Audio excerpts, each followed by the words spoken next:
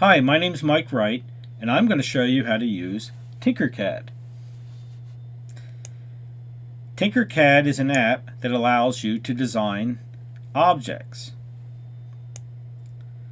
An object can be 2D or 3D. Here's an example of a 2D object. It's a piece of paper.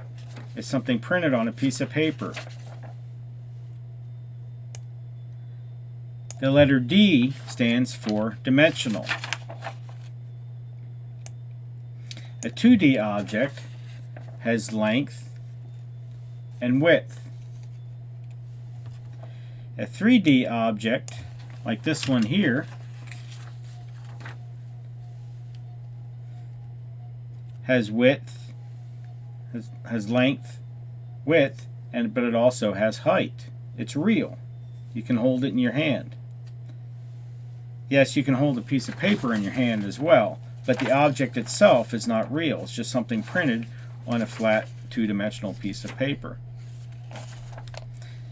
A 3D printer, like you see here, prints objects in plastic that you design on Tinkercad.